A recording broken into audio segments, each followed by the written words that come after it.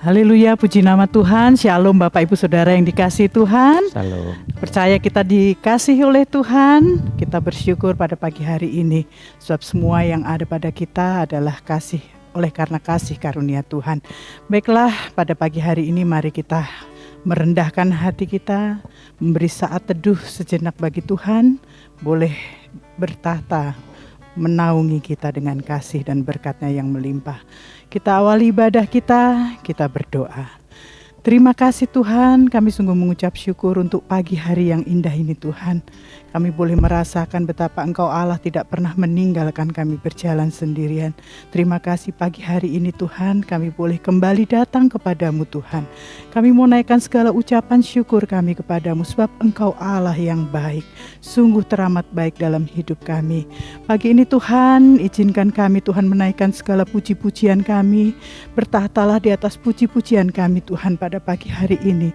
Dan biarlah Engkau sendiri Allah yang berkenan berfirman bagi kami, menuntun langkah kehidupan kami, agar dalam kehidupan kami semakin mengenal Engkau dan semakin mengasihi-Mu Tuhan. Terima kasih Tuhan Yesus, ini kami, segala pujian, hormat, kuasa dan sembah hanya bagi Yesus Kristus Tuhan dan Juru Selamat kami. Haleluya, haleluya, amin. Oh, terima kasih Tuhan untuk segala perkara yang boleh terjadi dalam hidup kami. Rancangan-Mu indah bagi kami percaya. Haleluya, haleluya. Banyak yang Kau perbuat di dalam hidupku.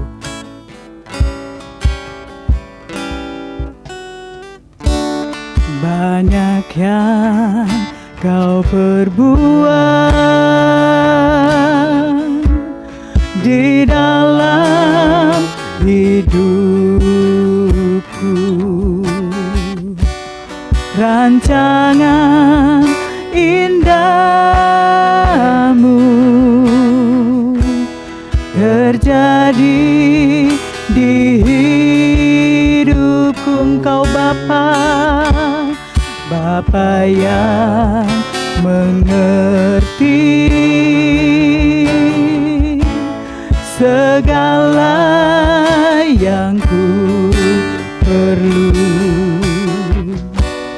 Kasih-Mu sempurna, nyata dalam hidupku. Ku bersyukur Bapa, ku bersyukur Tuhan, buat kasih setia-Mu di dalam hidupku.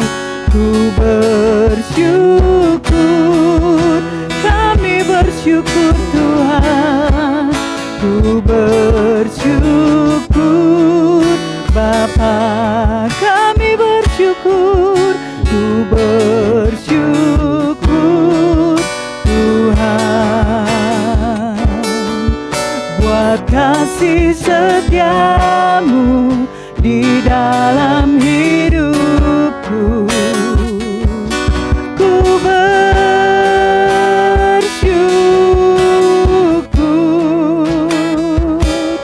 Tuhan. Terima kasih Tuhan, kami percaya banyak yang Kau perbuat dalam hidup kami Tuhan, semuanya indah, kami percaya. Banyak yang Kau perbuat, ini hidup kami Tuhan, di dalam hidupku. Kami percaya rancangan indahmu biarlah terjadi di hidupku. Bapa yang mengerti segala yang ku perlu. Kasih-Mu sempurna,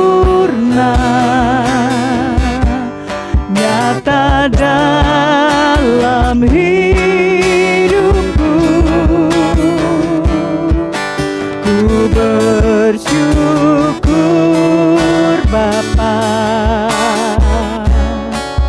ku bersyukur Tuhan, buat kasih setiamu di dalam hidupku. Ku bersyukur, kami bersyukur Tuhan. Ku bersyukur Bapa, kami bersyukur. Ku bersyukur Tuhan, buat kasih setiamu di dalam hidupku. Ku bersyukur, ku bersyukur, ku bersyukur. Sekali lagi naikkan syukur, ku bersyukur, ku bersyukur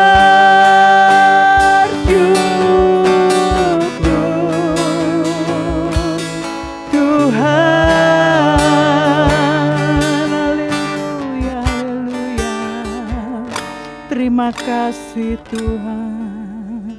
Haleluya. Haleluya. Saudaraku, sudah sekitar 2 tahun kita mengadakan renungan setiap Jumat pagi, dan kali ini saya akan berbicara tentang pembinaan watak kita di tengah-tengah masalah.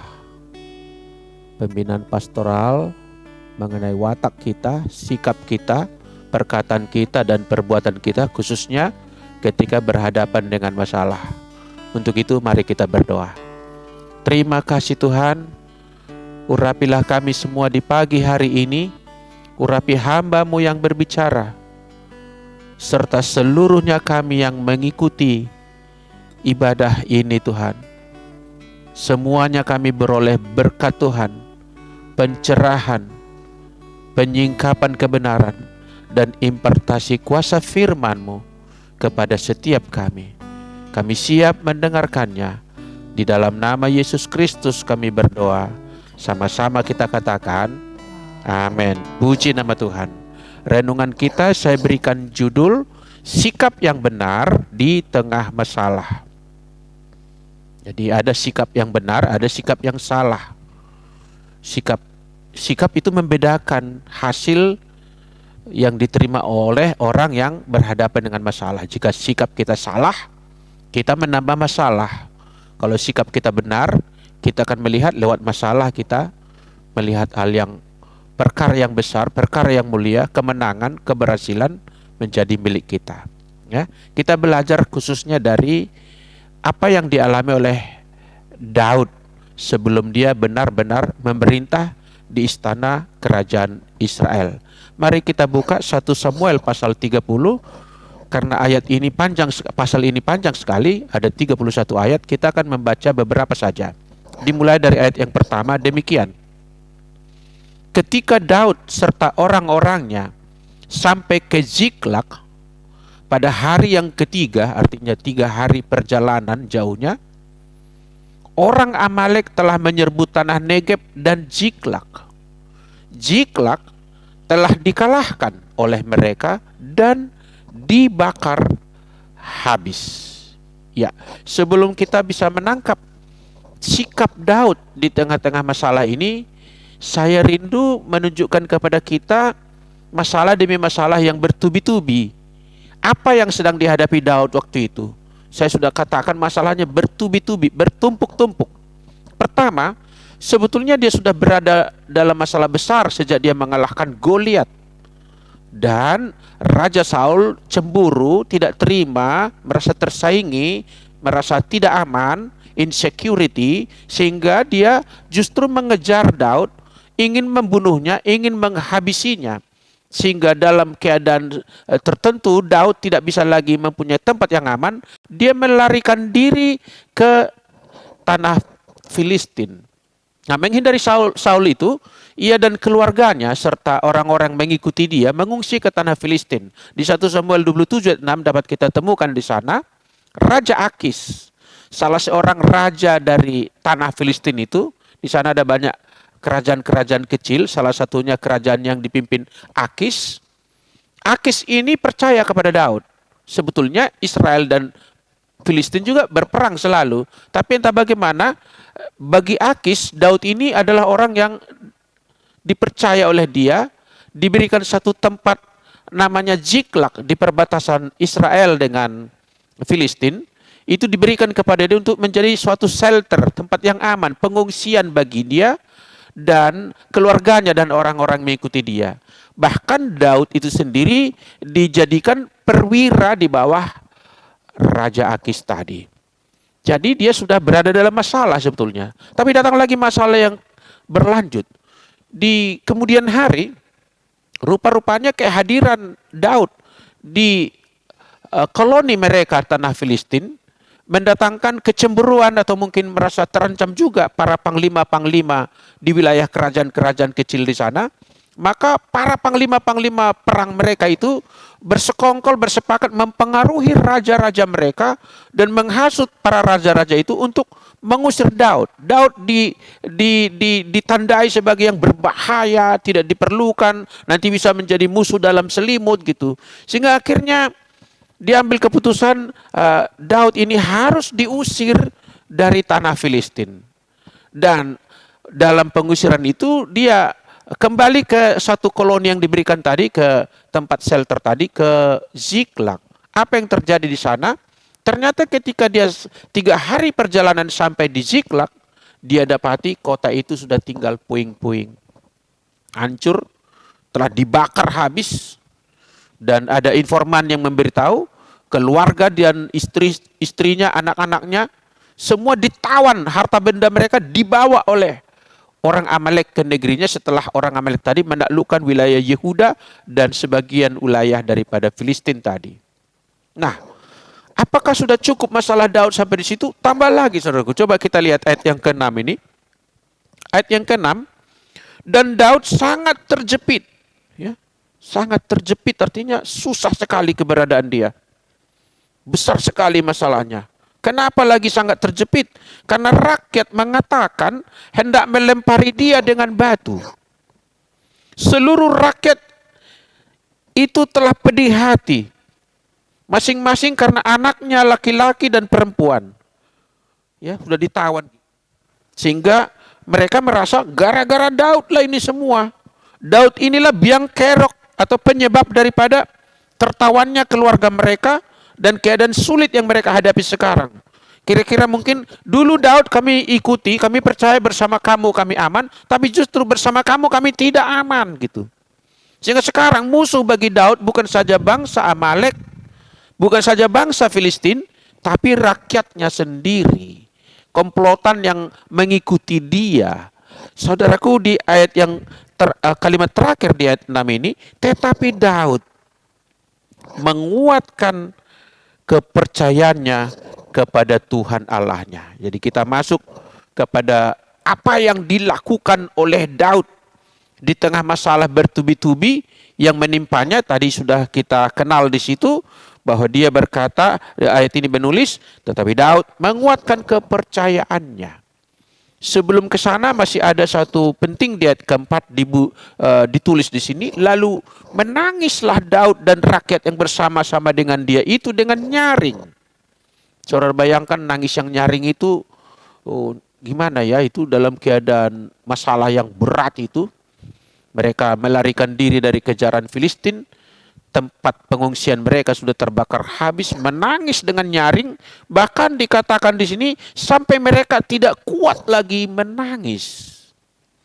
Jadi bayangkan perasaannya begitu berduka sekali, begitu sedih sekali, begitu labil keadaan itu karena tidak ada tempat untuk sedikit berdiam diri untuk sebagai tempat yang aman, maka mereka berteriak dan menangis, saudaraku. Tetapi rakyat tadi setelah menangis rupanya mencoba mencari siapa yang menjadi penyebab masalah ini. Itulah sebabnya mereka berniat hendak merajam batu Daud ini. Lalu kita mau melihat apa yang dilakukan Daud di tengah masalah yang bertubi-tubi yang menimpanya itu. kita lihat sekarang poin pertama. Saya mau mengatakan dari hasil studi saya ayat ini bahwa apa yang menjadi sikap Daud adalah nampak di ayat yang ke-6. Dan Daud sangat terjepit, tadi sudah kita baca, dan kalimat terakhir, tetapi Daud menguatkan kepercayaannya kepada Tuhan Allahnya. Kita temu sekarang, kita dapatkan sekarang satu sikap yang benar menghadapi masalah, tetap percaya sekalipun terjepit. Katakan amin, saudaraku. Belakangan ini kita dengar prediksi para ekonom, para ahli politik juga, bahwa tahun depan akan ada resesi panjang yang lebih parah. Itu belum terjadi, saudaraku. Belum terjadi, segala sesuatu bisa berubah. Daud ini bukan hanya prediksi ke depan, sedang terjadi, happening. Terjepit benar-benar. Tidak ada tempat aman. Filistin sudah mengusir dia. Ziklag tidak aman. Ke negerinya sendiri, Saul mengejar-ngejar dia. Terpojok dia di situ. Tapi dalam keadaan terjepit itu, dia menguatkan kepercayaannya kepada Tuhan Allahnya. Saya mau berkata Bapak Ibu, masalah yang sedang kita hadapi atau bayang-bayang masalah yang mungkin akan kita hadapi di depan sana, untuk itu janganlah kita cengeng atau stres. Katakan amin, saudaraku. Jangan cengeng, jangan stres. Saya sedang membaca buku yang bagus. Kapan-kapan saya rindu akan mengadakan acara bedah buku dari buku bagus ini. The End of Stress. Stres itu parah, saudaraku. Bukan saja merusak sistem metabolisme tubuh kita, merusak sistem pemikiran kita, bahkan merusak orientasi hidup kita, bahkan bisa secara fatal deadly sin, mati sebagai dosa yang mematikan, saudaraku. Jadi jangan kita stres, jangan kita cengeng, jangan putus asa, apalagi mundur dari Tuhan. Mari kita teladani Daud ini. Apa yang dilakukan Daud? Memperkuat kepercayaannya kepada Tuhan. Dalam terjemahan bahasa Indonesia masa kini, kalimat ujung ayat 6 tadi berbunyi, jadi Daud berada dalam kesulitan besar. Tadi kalau terjemahan lama, terjemahan baru itu disebut terjepit gitu ya. Ini kesulitan besar. Tetapi hatinya dikuatkan lagi oleh Tuhan Allahnya. Jadi penterjemah Versi BMK melihat Daud menguatkan kepercayaannya supaya itu bertimbal balik dengan Tuhan sendiri menguatkan dia, menguatkan hatinya.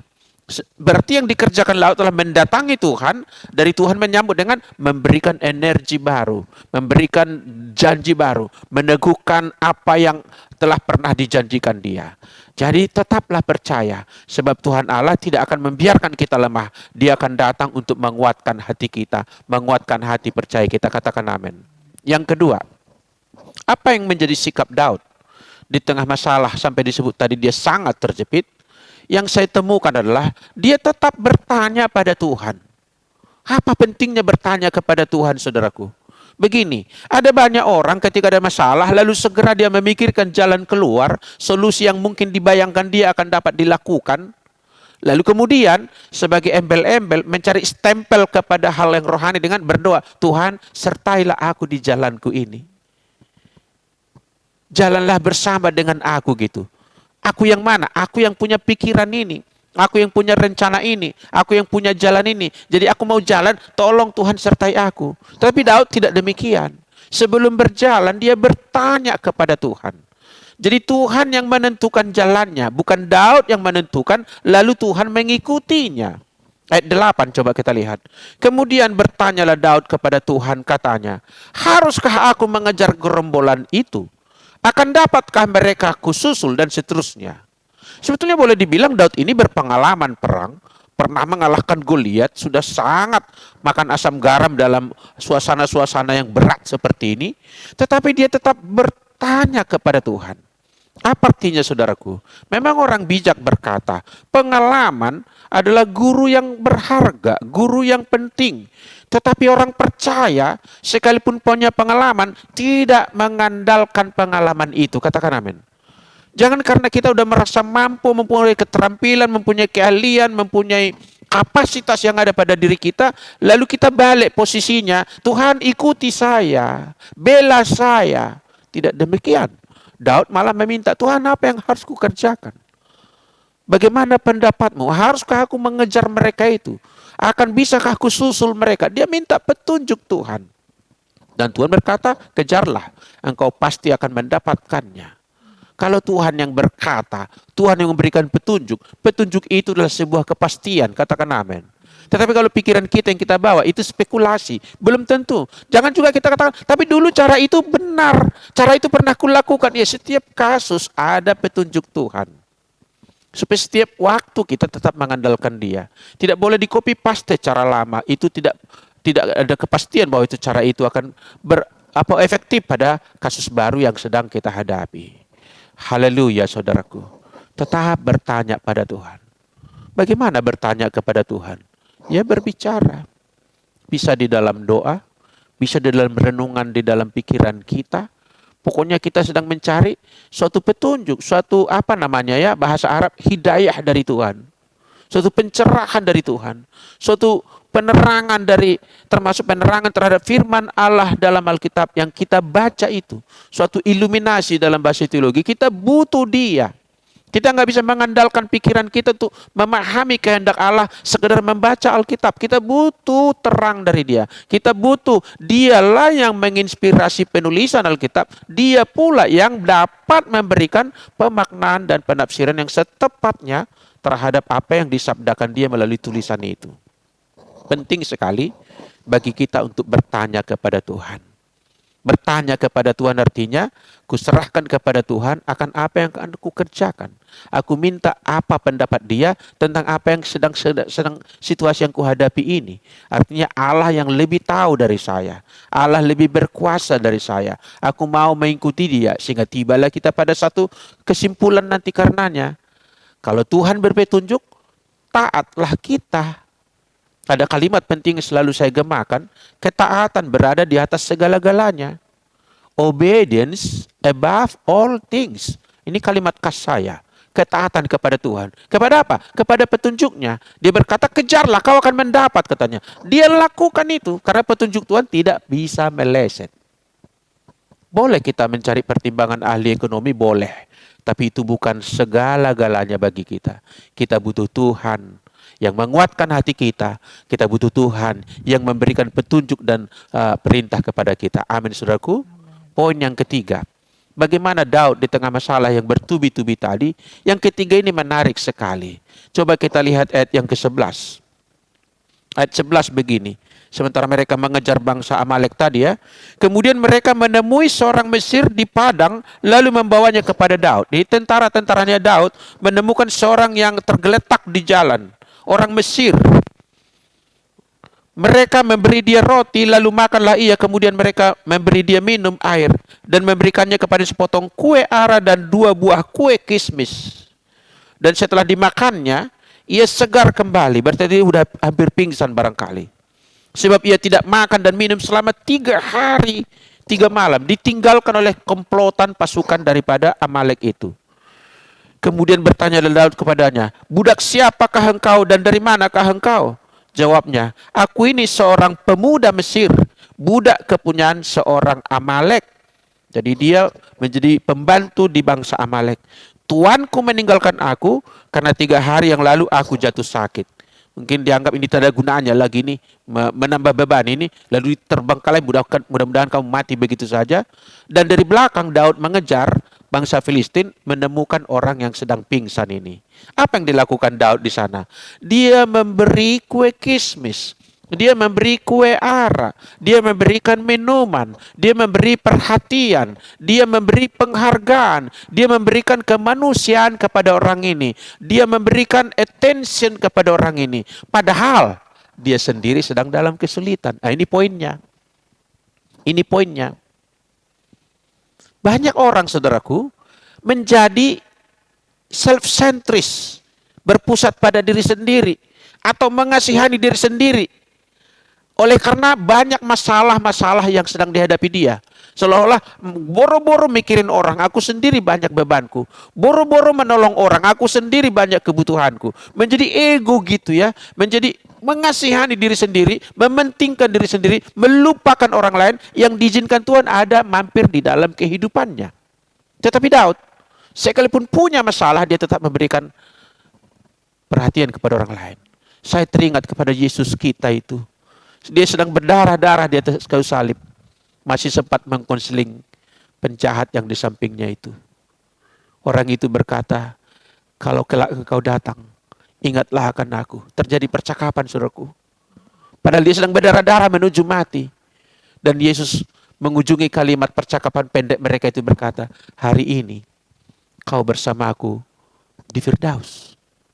Wow, saudaraku, memberi perhatian kepada orang bukanlah sisa-sisa. Seringkali dituntut oleh Tuhan, saya sedang punya masalah, tapi saya disuruh Tuhan untuk memperhatikan orang yang diperhadapkannya kepada aku. Itu yang dikerjakan oleh Daud, saudaraku. Setelah ia menemukan orang tadi, dia tidak cuek dengan orang itu. Yang kedua, kita lihat ayat 21, ini juga luar biasa. Ayat 21, ketika Daud sampai kepada ke-200 orang yang telah terlalu lelah untuk mengikuti Daud, ini sesudah mengalahkan. Saya nggak cerita bagaimana pertempuran Daud melawan Amalek. Udah lewat itu, udah kalah Amalek. Nah sesudah itu apa? Ketika Daud sampai kepada ke-200 yang telah terlalu lelah untuk mengikuti dia, yang telah dibiarkannya tinggal di dekat sungai Besor, maka keluarlah orang-orang ini menyongsong Daud dan rakyat mendekat yang bersama-sama dengan dia. Daud mendekati orang-orang itu dan memberi salam kepada mereka. Ayat 22. Kemudian mulailah berbicara semua orang jahat dan orang dursila di antara orang-orang yang ikut pergi bersama-sama dengan Daud. Jadi di antara pasukan Daud yang bertempur melawan Filistin, ada orang-orang dursila katanya. Ada orang-orang yang kotor pikirannya. Ada orang-orang yang luar biasa buruk karakternya. Apa kata orang itu? Mereka mempunyai usul kepada Daud. Dikatakan, karena mereka ikut pergi bersama-sama dengan kita, janganlah tidak pergi ikut bersama dengan kita, janganlah kita berikan kepada mereka apa-apa dari jerahan kita yang kita punya sekarang, katanya. Ayat 23, tetapi Daud berkata, janganlah kamu saudara-saudaraku berbuat demikian dengan apa yang diberikan Tuhan kepada kita, sebab ia telah melindungi kita dan menyerahkan ke dalam tangan kita gerombolan yang menyerang kita. Intinya saudaraku, kalau dibaca lebih lanjut, Daud yang mempunyai pampasan perang, bukan rampasan ya. Rampasan itu merampok. Kalau pampasan itu pasukan musuh sudah kalah, maka harta benda mereka otomatis, barangkali itu hukum universal, otomatis menjadi milik daripada yang menaklukkan. Ada banyak harta benda mereka dan ternak-ternak mereka dibawa oleh Daud bersama dengan orang yang diluputkan dari tawanan itu. Dan ketika mereka berjalan ke belakang menemukan lagi tentara mereka sendiri yang sudah kelelahan, lalu ada usul dari orang yang ikut bertempur tadi, tak usah orang itu dapat bagian, katanya.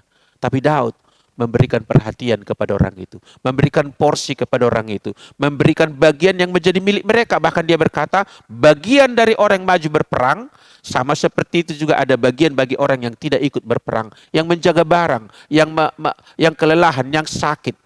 Apa artinya, saudaraku? Daud ini selalu berbuat baik kepada orang lain. Sama-sama katakan berbuat baik kepada orang lain. Penekanannya, meskipun dia sedang sangat terjepit, dia berada dalam masalah. Dan dia yang bertempur, dia tidak merasa ini hanya untuk dia, saudaraku.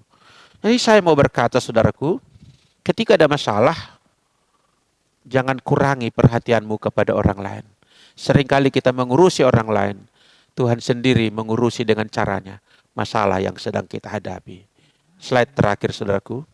Daud benar-benar mengalahkan Amalek. Cerita ini boleh disimpulkan bagaimana Daud, dari pihak Daud ya, dari pihak Allah, tentu Allah sanggup melakukan segala sesuatu. Tapi dari pihak Daud kita temukan butir-butir yang menjadi sikap benar dari Daud adalah dia menguatkan kepercayaannya kepada Tuhan, sikapnya benar. Dia bertanya kepada Tuhan, memposisikan dirinya benar, dan dia berbuat baik kepada orang Mesir tadi yang ada budak Amalek, berbuat baik kepada orang lain juga yang tidak ikut maju bertempur, selalu berbuat baik. Dan ketika itu menjadi perbuatan baik Daud itu, rupa-rupanya itu diganjar Tuhan dengan keberhasilan, kemenangan, kesuksesan bagi Daud. Saya percaya, saudaraku, kalau kita menemukan Daud melakukan sikap benar, perbuatan benar di tengah masalahnya, dan itu kita copy pada diri kita, kita aplikasikan pada diri kita, saya percaya berkat yang sama akan turun kepada kita. Amin. Mari kita berdoa. Terima kasih Tuhan buat firman-Mu di pagi hari ini. Belajar dari Daud, kami mau memiliki sikap yang benar di tengah masalah kami. Sekalipun masalah bertubi-tubi datang, bertindih-tindih harus kami hadapi, kami tahu Tuhan, kami harus mempunyai sikap yang benar, yaitu tetap menguatkan hati kami, menguatkan iman kami untuk selalu percaya kepadamu. Engkau akan menolong kami. Kami akan selalu bersikap yang benar, mendahulukan meminta petunjuk Tuhan. Bukan sesudah kami gagal, baru kami menjerit-jerit datang kembali kepada Tuhan. Kami mau mendahulukan Tuhan, meminta petunjuk-Mu. Dan kami mau tetap berbuat baik. Seberapa yang Tuhan hadapkan di hadapan mata kami untuk kami perbuat. Apa yang dilihat oleh mata kami mau mengambil tugas dengan melakukan yang terbaik sekuat tenaga kami. Kami percaya berkat Tuhan tidak pernah meleset kepada Daud dan kepada orang yang meniru langkah-langkah Daud ini. Bagimulah Tuhan pujian, hormat, dan kemuliaan. Dan saudaraku, kita akan akhiri renungan pagi kita. Kita akan terima berkat Tuhan. Mari kita berdoa. Tuhan, kami rindu di pagi ini mendapatkan porsi berkat istimewa. Berkat-berkat-Mu yang akan memberikan kepada kami hal-hal besar di dalam kehidupan kami. Yang sakit disembuhkan, yang susah dihiburkan, yang lemah beroleh kekuatan, yang sedang buntu mendapatkan terobosan. Maka saudaraku, bukalah hatimu, tadahkanlah tanganmu, dan terimalah berkatnya turun atasmu. Tuhan Allah memberkati dan melindungi engkau. Tuhan Allah menyinari engkau dengan wajahnya, maka engkau penuh dengan damai sejahtera. Kembalilah lakukan aktivitasmu sepanjang hari ini, dan percayalah Tuhan membuat engkau berhasil, mengangkat engkau naik bukan turun, menjadikan apa yang kau lakukan senantiasa beroleh kemenangan. Bagi Tuhanlah segala pujian dan hormat, di dalam nama Yesus Kristus kami berdoa, kami bersyukur. Haleluya. Sama-sama kita katakan amin. Tuhan berkati, jaga sikap yang benar, berbuat yang baik. Tuhan memberkati saudara. Amin.